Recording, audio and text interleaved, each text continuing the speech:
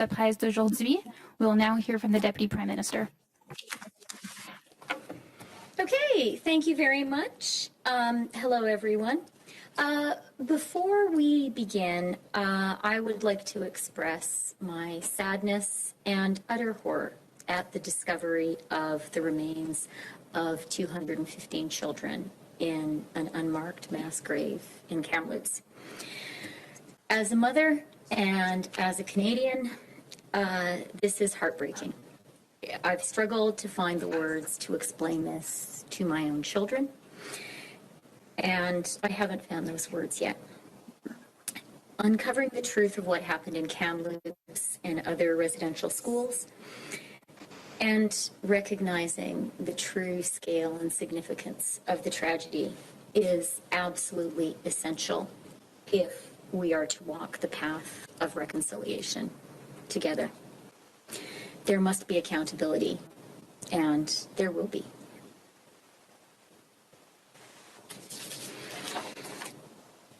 Since the onset of the COVID pandemic, we have done whatever it takes to help Canadian workers and businesses weather the storm. And we continue to do that. Today, I'm announcing details about the new Canada Recovery Hiring Program. This new support measure will be key to helping small and medium-sized businesses across Canada come roaring back. Plus important encore, je peux dire aux petites entreprises qu'une fois que la loi d'exécution de budget, le projet de loi C30, recevra la sanction royale, ce programme sera rétroactif au 6 juin. Ce qui veut dire que, en réalité, il s'appliquera à partir de cet dimanche. Et il couvrir jusqu'à 50% de l'augmentation de la masse salariale payée par les employeurs admissibles, et ce jusqu'au 20 novembre de cette année. Il s'agit d'un programme qui vise l'emploi et la croissance. Il est indispensable à la relance de nos petites et moyennes entreprises, qui, elle, est indispensable à notre relance en général. Ce programme va aider les gens, autant les propriétaires d'entreprises que les travailleurs, à reprendre le cours de leur vie. Au cours de 15 derniers mois, nous nous sommes constamment adaptés aux nouveaux besoins des entreprises au fil de l'évolution de la crise. Et même si nous voyons maintenant la lumière au bout du tunnel, grâce à la sagesse des Canadiens et à l'accessibilité des vaccins, nous sommes prêts à toute éventualité. Dans le budget de cette année, nous avons donc proposé de prolonger la subvention salariale, la subvention pour le loyer et la mesure de soutien en cas de confinement jusqu'en septembre.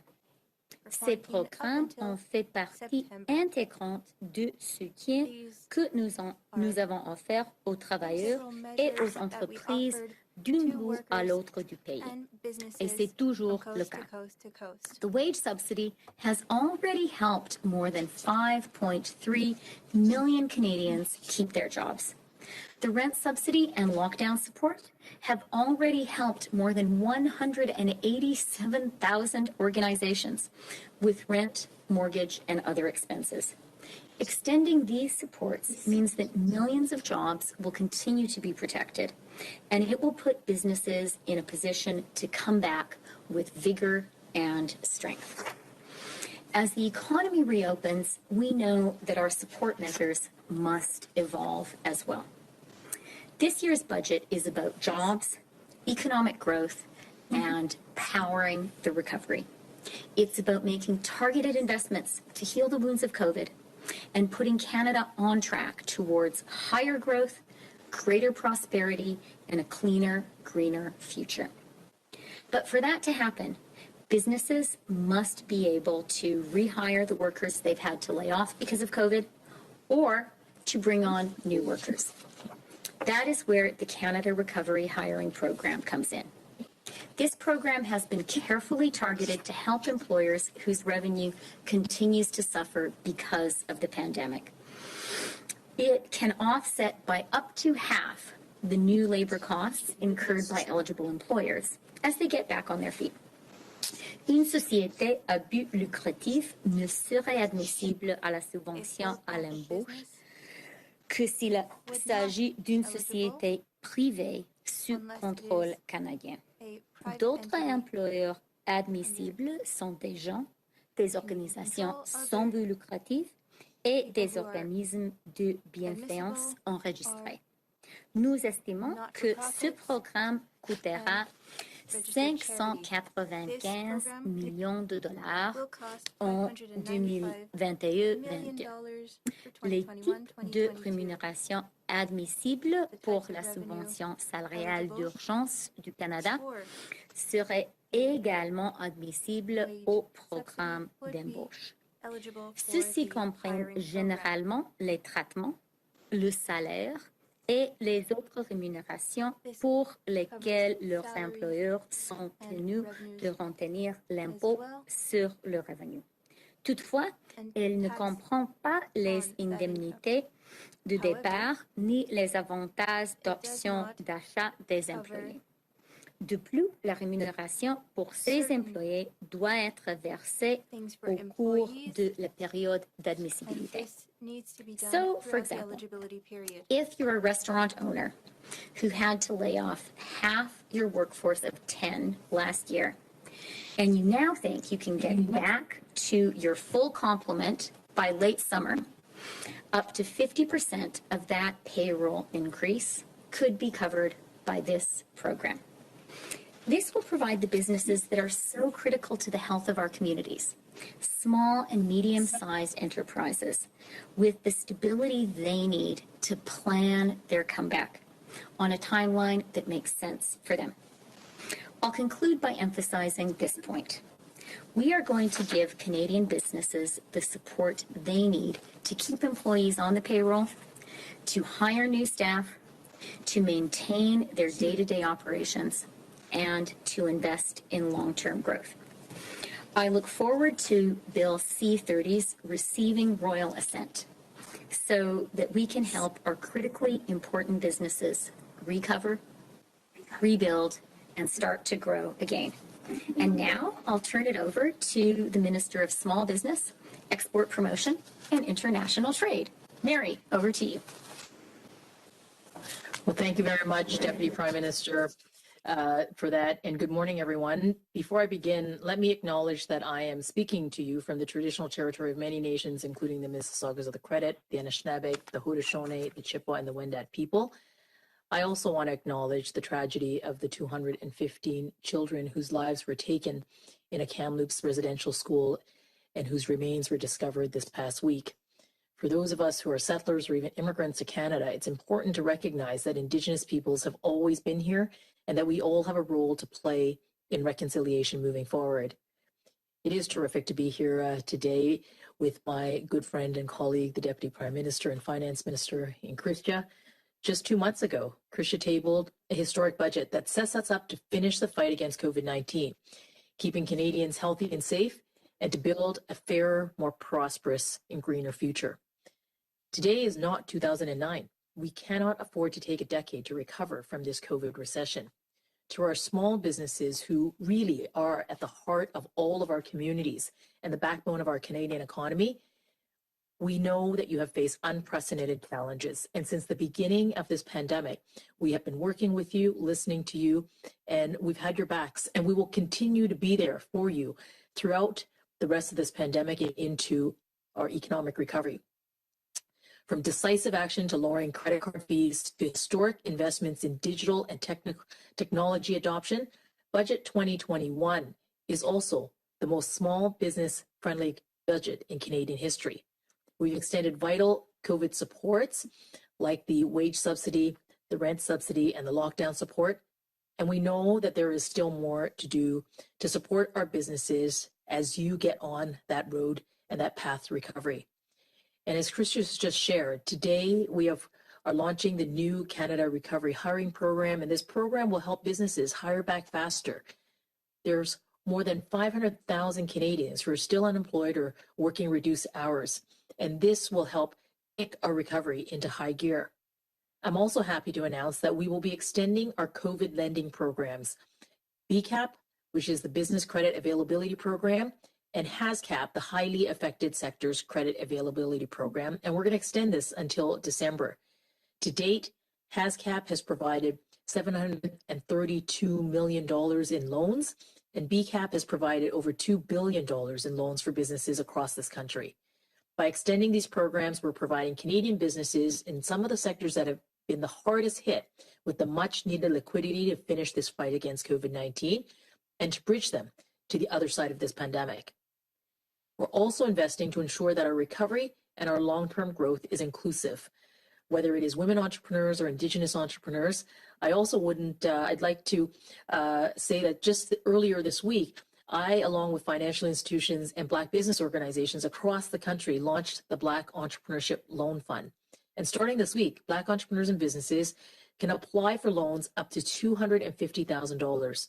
And this fund is just one pillar of our government's over $400 million Black entrepreneurship program, addressing systemic barriers and supporting the success of Black entrepreneurs and Black-owned businesses.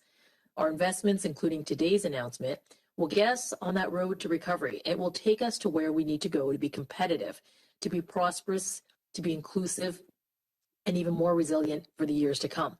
And with that, I think we are opening it up and welcome questions. Thank you, Deputy Prime Minister and Minister. We will now turn to the phone for questions. It'll be one question, one follow-up. Ça sera une question et une question en suivi. Opérateur? Thank you. Merci. Please press star 1 at this time if you have a question. S'il vous plaît, appuyez sur étoile 1 maintenant pour poser une question. The first question is from, la première question est de Julie Gordon, Reuters. Please go ahead. À vous la parole. Hi there. Thank you for taking our questions. Minister Freeland, this one's for you. We're hearing that G7 will vow this week to reach an ambitious deal on a minimum global corporate tax.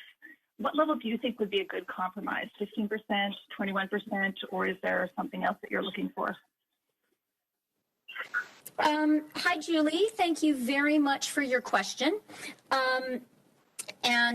You're right. I am heading to the in-person only G7 meeting later today. One of the key issues on the agenda is going to be the global tax regime, which we've been working on at the OECD for some time. There are two pillars to that regime that are very important to Canada. Pillar 1 concerns the digital services tax, and I would just remind Canadians that in the fall economic statement last November and in the budget, we committed to introducing a digital services tax on January 1st of 2022. It would very much be our preference to act together with the international community and to act in a multilateral way. So for us, an agreement on Pillar 1 is really important, and I think important progress is being made and has been made there. Pillar 2, which you asked about, concerns a global corporate minimum tax, and Canada is very supportive of getting a global corporate minimum tax in place. We are supportive of the clear position that Secretary Yellen has taken and the argument that she has made that an international race to the bottom on corporate taxes hurts every country, and acting collectively is the way that we can stop that and maintain national tax bases. You're right that a lot of the conversation is going to be about what is an acceptable level. I would just say what is also important for us is to ensure that the rules governing how international corporate taxes are levied for all countries are also an important part of the conversation. And just to reemphasize, for us, what we're looking for is a deal on both pillars 1 and 2. It's important for us that they go together. Thank you. Follow up? So to follow up on that, I mean, I guess how concerned are you that the U.S. proposal would lead to most of the extra tax revenue from big tech companies being paid in the U.S. rather than in other G7 countries where those businesses operate? Which U.S. proposal do you mean, the Pillar 1 or the Pillar 2? And Kat, it's okay to let Julie specify there. Pillar 2, the second one. No, sorry, that's Pillar 1. Yeah, I was going to say, I think that your question actually refers to Pillar 1. So look, on Pillar 1, Canada's philosophical preference and our approach going into the conversation has been to focus on a digital services tax. And we think that intellectually and practically, that makes sense. This is, at least in terms of international tax deals, it is a new space for the global economy, and there are new ways that companies are deriving their revenues, and those new approaches, we think, require a new approach to international tax agreements, which is why our view going into this has been focusing on digital services is the right way to go. And that is the plan that we put forward in our fall economic statement and in our budget. Having said that, we strongly believe in multilateral agreements. We think an agreement at the G7 level is also very important to drive towards an international agreement. And we feel that the compromise proposals put forward by Secretary Yellen earlier this year represent a real advance on, earlier this year and in fact actually at the end of last year, the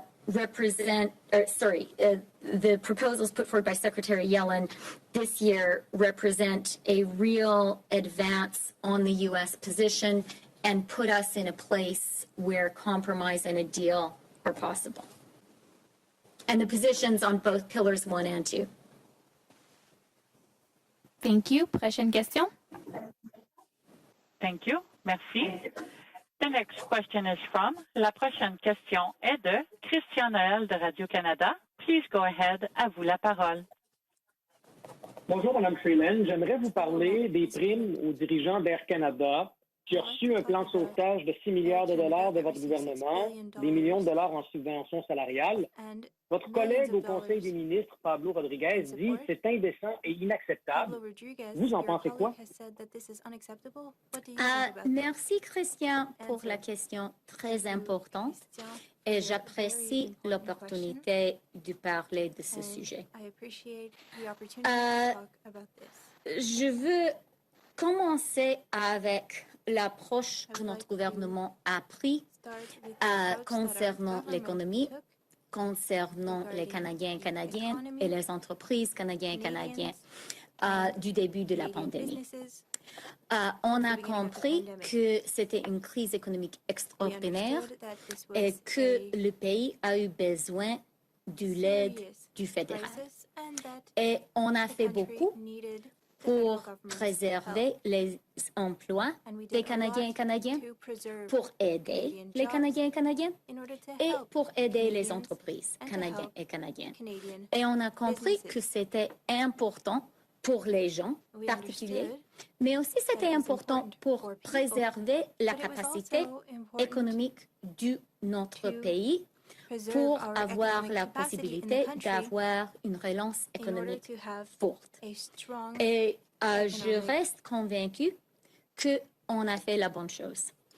Notre approche aussi a été de savoir que les Canadiens et Canadiennes, les entreprises canadiennes, que nous sommes des gens avec la bonne volonté et que nous sommes un pays où tout le monde, ou peut-être presque tout le monde, comprend que chacun a une responsabilité l'un à l'autre et une responsabilité à faire sa juste part. Concernant Air Canada en particulier, je dois dire, je veux souligner que c'était dans cet esprit que j'ai juste exprimé qu'on a fini l'accord avec l'Air Canada, l'accord pour l'appui. Je veux vous rappeler que cet accord inclut des mesures strictes concernant la rémunération des exécutifs en l'avenir, commençant avec l'accord. Mais je dois dire que je pense que toutes les entreprises, surtout les plus grandes entreprises du Canada, devront comprendre qu'ils ont une responsabilité face aux Canadiens et Canadiennes, au notre pays, à faire sa juste part. Et je suis déçue de ce que certaines entreprises ont fait. Et je veux aussi souligner, en ce qui concerne Air Canada en particulier, c'était très important pour moi, pour le fédéral, d'acheter une partie de la compagnie. C'était important pour donner aux Canadiens et Canadiennes l'opportunité de profiter avec la croissance de la compagnie. Mais je veux souligner aussi que maintenant, le Canada, le gouvernement, est une des plus importants, a une des plus grands parties de l'Air Canada. Cette compagnie appartient à nous et ça donne au Canada une voix importante dans les décisions de la compagnie. On va utiliser cette position. If you don't mind, I'd like to repeat my answer in English. Is that okay? Ça va, Christian? Allez-y, oui, j'ai ma question de suivi tout de suite après. Yes, go ahead, and then I will carry on with the follow-up. So let me just start. Thank you very much for the question. It's a very important one, and I'm really glad to have the opportunity to comment on it. So let me just start by reminding people that from the beginning of this unprecedented global pandemic, our government has taken the view that our government needed to be there for Canadians. We understood we needed to be there to support individual Canadians who lost their job or couldn't work because of COVID. We needed to be there to help people keep their jobs. And we needed to be there to help Canadian companies stay afloat through the crisis. And we did that because we know that by preventing economic scarring, by preserving the economic capacity of the country, that is going to give us all the best chance of a strong and robust recovery. And I know that that has been the right thing to do, and it continues to be the right thing to do. But let me also say that our approach overall has been premised on something I also believe in very strongly, which is that Canadians are smart and that we really are a country that believes in doing the right thing. We are a country of people who know that we all have to do our fair share and we all have to support each other. And I believe that is true of the overwhelming majority of individual Canadians and of the overwhelming majority of Canadian businesses.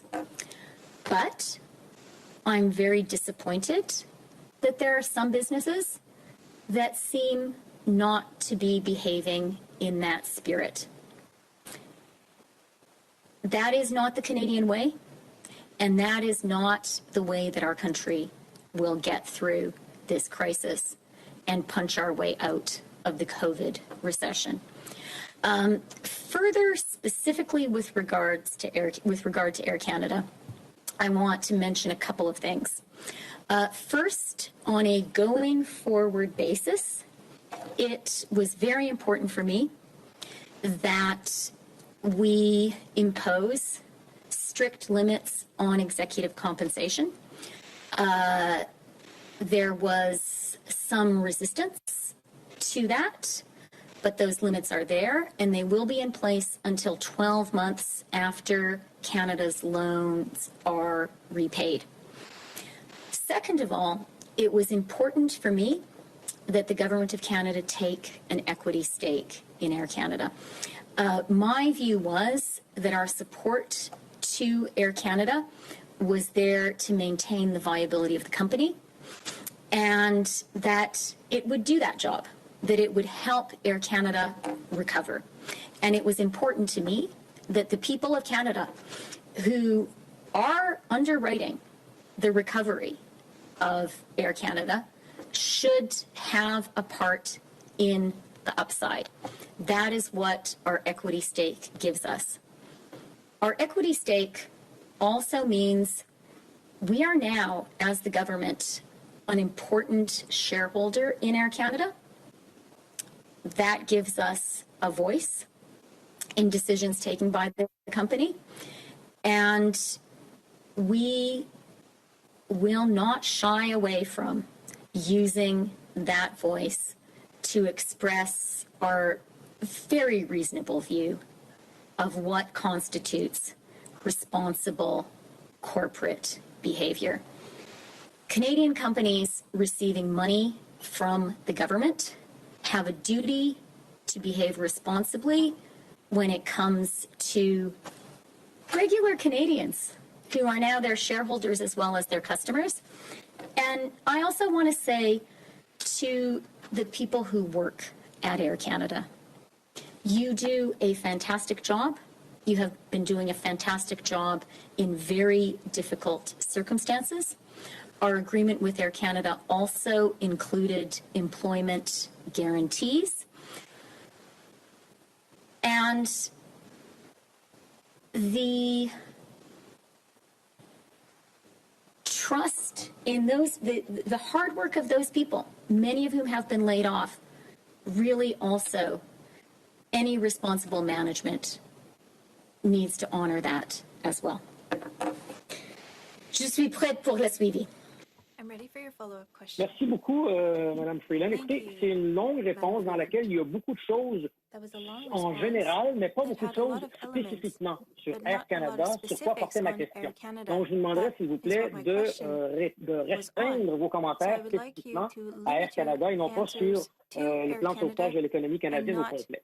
Vous avez dit, je suis déçu en général que des compagnies ne suivent pas les règles, mais vous n'avez rien dit directement à propos d'Air Canada.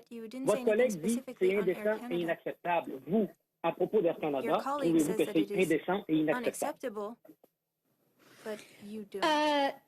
Non, merci pour la question.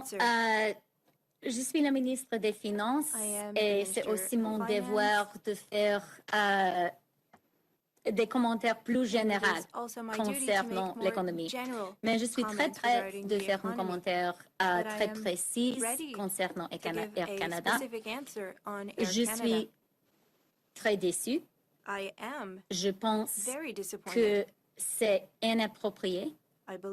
Et je dis ça aussi en tant qu'une des actionnaires principales de la compagnie. As one of the principal shareholders of the company. Thank you. Next question. Thank you. Merci. The next question is from, la prochaine question est de Jordan Press, the Canadian Press. Please go ahead, à vous la parole. Good afternoon, Ministers. Thank you for your time. Minister Freeland, can you tell us what economic indicators are you going to be looking for to be confident in moving ahead with plans starting in July to phase out the pandemic-related benefits that your government has laid out? Thanks, Jordan. That is a really good question. And I would say we're going to be looking at a number of factors. We're going to be looking at vaccination levels across the country. We will be looking at levels of COVID across the country.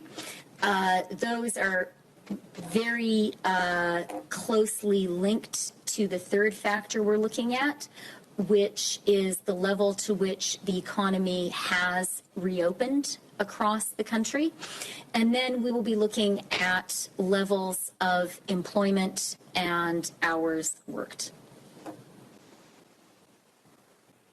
And to ask just about the G7 meeting this week that you're going to, so is it now safe for Canadians to travel, provided that they have had one vaccination, follow public health guidelines, and quarantine on their return to Canada, as you and your delegation will be doing?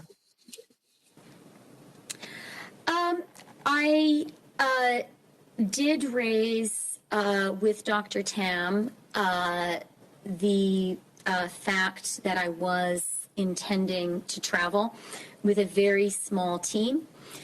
It is a trip that I'm undertaking with great caution. The G7 meeting is being held in person only. And so the only way for Canada to participate is for me to travel to London. I had a COVID test earlier this week. That's a requirement before getting on the plane. I will be tested quite regularly while I am in London.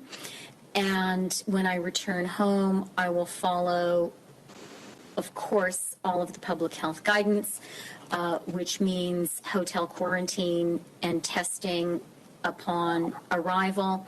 And then I will quarantine at home in my attic, separate from the rest of my family until the quarantine period is over.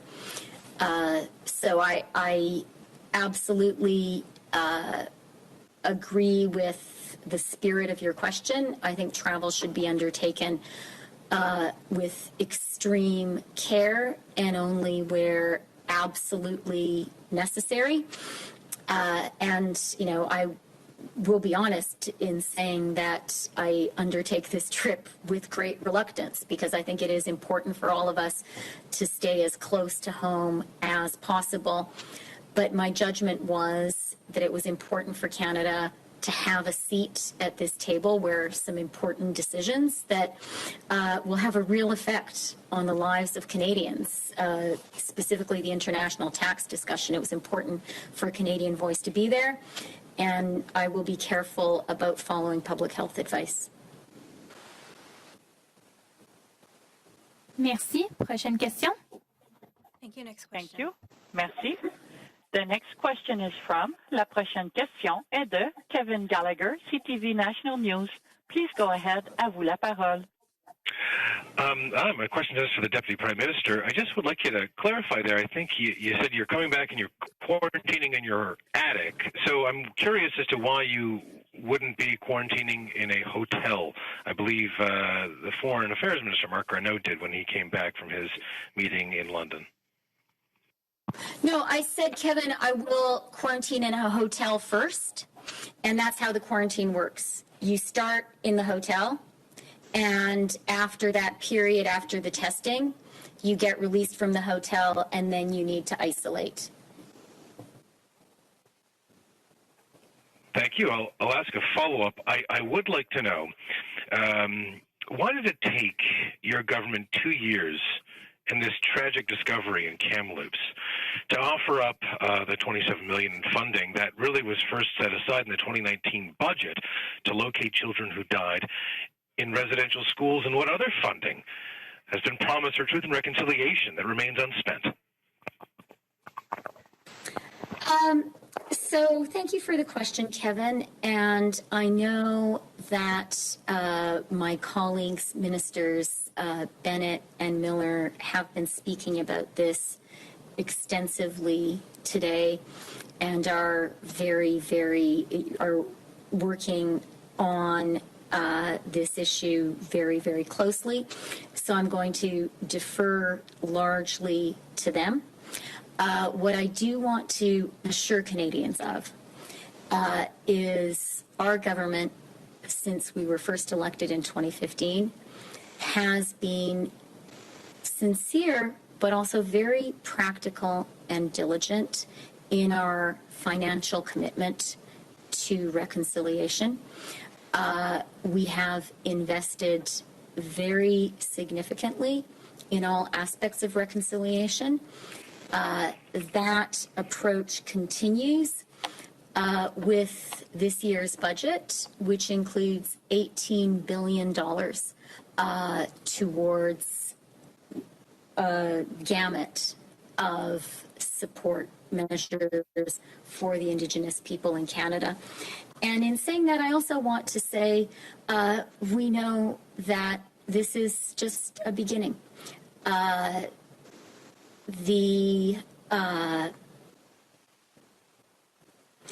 treatment of Indigenous people by Canada has been appalling.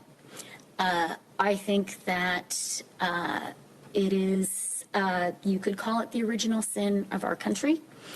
It is not going to be, reconciliation is not going to be a path that we can finish walking with one program or with one budget. It is something we just have to continue to invest in. And just in conclusion, I think it is very important for us to all accept and respect the extent to which this needs to be led by Indigenous people themselves. Merci. Prochaine question. Thank you. Next question.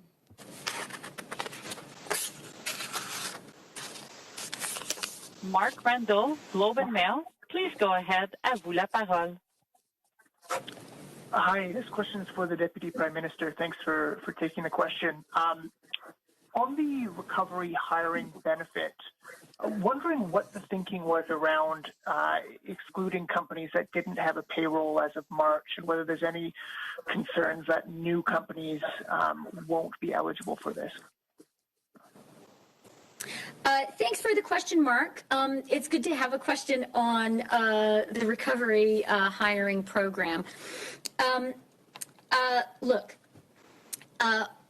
our view is that as we move into what I believe will be, and there's some indicate, we've already seen some recovery, a robust recovery. Our support needs to be increasingly targeted. And the companies who need our support the most, I think everyone would agree, are the companies that were hit by COVID as an external shock. This was a natural disaster for the companies that were up and running in Canada. We have supported them with, a suite of measures throughout the pandemic. And now that we see the light at the end of the tunnel, this particular program is targeted at helping those hardest hit companies come roaring back. An additional aspect of the program that does that is, by design, the design of the program will be of particular benefit to seasonal companies. If you're a company that naturally has fewer workers in the spring and more workers in the summer, this program will, just by its design, help you more. That is a feature and not a bug of the program, because we know that our seasonal businesses in tourism and in hospitality have been among the hardest hit by COVID. And so this program will quite intentionally give them a little extra support. And following up on the fact that it is a payroll subsidy, and it seems like you can get the subsidy if you expand the payroll by increasing wages, benefits, all that kind of stuff, and it's not actually a specific requirement to hire new workers. is there any concerns that the program is going to be used in a way that doesn't lead to increased employees, or are there any concerns or possible tweaks to make sure that the program is directed to creating new jobs? So the short answer, Mark, is no, that is not a concern. And that is another element of this program, which is a feature and not a bug. When we were putting this program together with the labor market, and clearly one issue is we need more new jobs. But another big issue, probably equally significant, is a lot of people are working fewer hours than they would like. There are people who would like to work full-time who have had their hours reduced and are working part-time.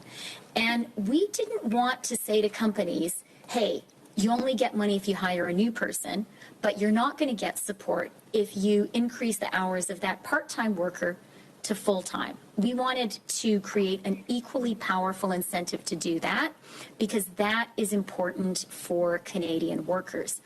And when it comes to the level of remuneration, equally, we wanted to say to companies, if what you think the right thing to do for you today is to support those workers who maybe in addition to working fewer hours, to help you guys collectively get through COVID, maybe some of your workers took a pay cut because your small restaurant or your tourism business just was not making the money. And you want to increase the salaries of those loyal workers, then we're going to support that decision as well. And let's be very clear, this is much more targeted than our previous programs. That's appropriate because it's a program for recovery rather than for getting through the natural disaster of COVID.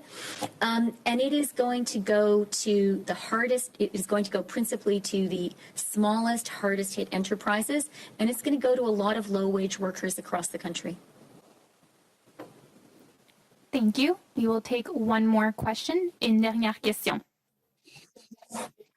Thank you. Merci.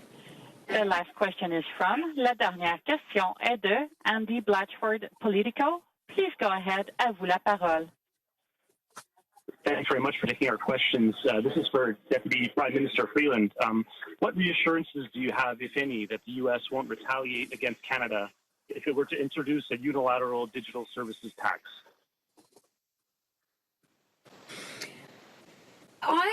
Thanks for the question, Andy. That is an issue which I have discussed with the Treasury.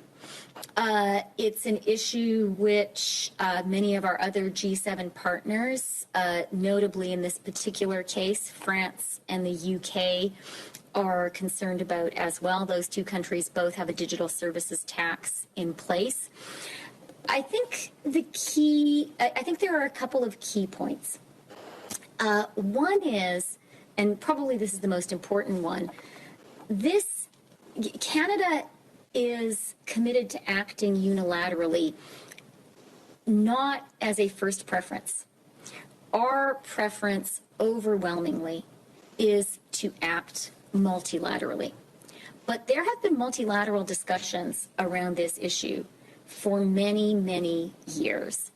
And what I think Canadians all learned in the 2019 election, when we campaigned on this issue, was Canadians said, you know what, it's time for us to act. The uneven impact of the COVID pandemic on the economy has further strengthened that commitment, that desire among Canadians for action. And so our government feels that it is necessary and absolutely right for us to make the commitment to Canadians and to our partners at the G7 that, look, we prefer to act together, but we can't wait indefinitely. And so absent a multilateral deal, we will act unilaterally.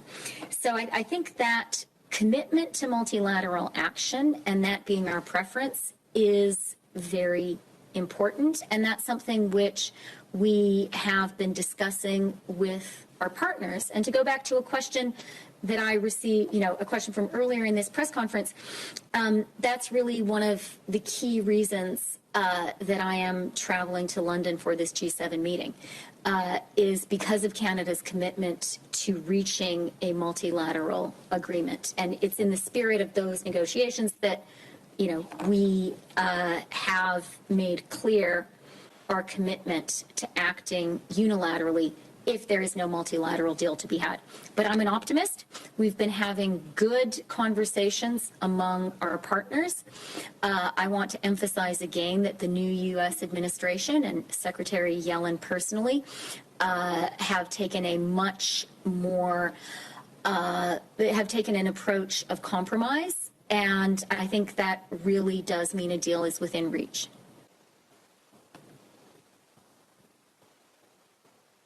And with that, just to come back to my question, have you gotten any reassurances from the U.S. side, or what is their message to you on this? Andy, you may remember my view during the NAFTA negotiations was I can speak for Canada, and other leaders can speak for their own countries. So I'll let them speak for themselves. But the Canadian position is clear. We definitely believe the time has come to do an international tax deal on both Pillar 1, the digital services tax, and Pillar 2, a global minimum corporate tax. We believe those two things need to go together. We are big believers in multilateralism. We would like to get there this summer. But at the end of the day, we can't wait indefinitely, and that's why we've also been clear that we intend, absent a multilateral deal, we are clear that we're going to move forward as some of our other G7 partners have done already.